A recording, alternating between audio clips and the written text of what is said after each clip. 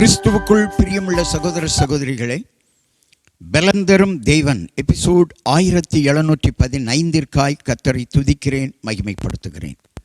இந்த நாளிலும் ஏசாயா 44 அதிகாரம் 22வது வசனம், உன் மீறுதல்களை மேகத்தைப் போலவும் உன் பாவங்களை கார்மேகத்தைப் போலவும் அகற்றிவிட்டேன். என்னிடத்தில் திரும்பு, உன்னை நான் மீட்டு கொண்டேன். ஆண்டவரிடத்தில் திரும்பும்படியாய் அழைக்கிறார். அழைக்கிற கர்த்தரிடத்தில் வருவாயா மகளே? அழைக்கிற கர்த்தரிடத்தில் வருவாயா மகனே? ஒருவேளை நீ பாவம் செய்திருக்கலாம், மீறி இருக்கலாம். கர்த்தருடைய கட்டளைகளை, நியாயப்பிரமாணங்களை, தேவனுடைய வார்த்தைகளை மீறி இருக்கலாம். இன்னைக்கு ஆண்டவர் சொல்லுகிறார், உன் பாவத்தை கார்மேகத்தை போல அகற்றிவிட்டேன், உன் மீறுதல்களை மேகத்தை போல அகற்றிவிட்டேன். மழை காலங்களில் கார்மேகங்கள் சூழும், சற்று நேரம் மழை பெய்யும்.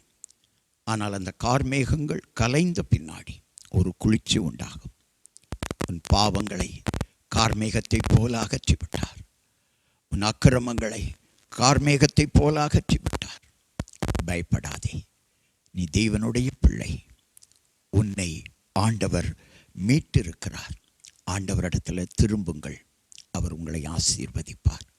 கண்களை மூடி ஆண்டவரை நோக்கி பார்ப்போம். இன்றைக்கு யார் யார் கர்த்தரிடத்தில் திரும்புவதற்கு மனமில்லாமல் இருக்கிறார்களோ அவர்கள் எல்லாருக்குமான செய்தி, கர்த்தரிடத்தில் திரும்புங்கள், கர்த்தரிடத்தில் திரும்புங்கள். கர்த்தர் உங்களை ஆசீர்வதிப்பார், உங்களை ஏற்றுக்கொள்வார். பாவங்கள் இருக்கலாம், மீறுதல்கள் இருக்கலாம், அக்கிரமங்கள் இருக்கலாம். அவை எல்லாவற்றையும் மேகத்தைப் போலவும் கார்மேகத்தைப் போலவும் அகற்றி விடுவார் நம்முடைய ஆண்டவர், உங்களுடைய ஆண்டவர். நீங்கள் திரும்புங்கள், அவர் உங்களை ஆசீர்வதிப்பார். திரும்புங்கள், உங்களை மீட்டுக் கொள்வார். உங்களை தம் கரத்தினால் தூக்கி உயர்ந்த அடைக்கலத்தில் வைப்பார்.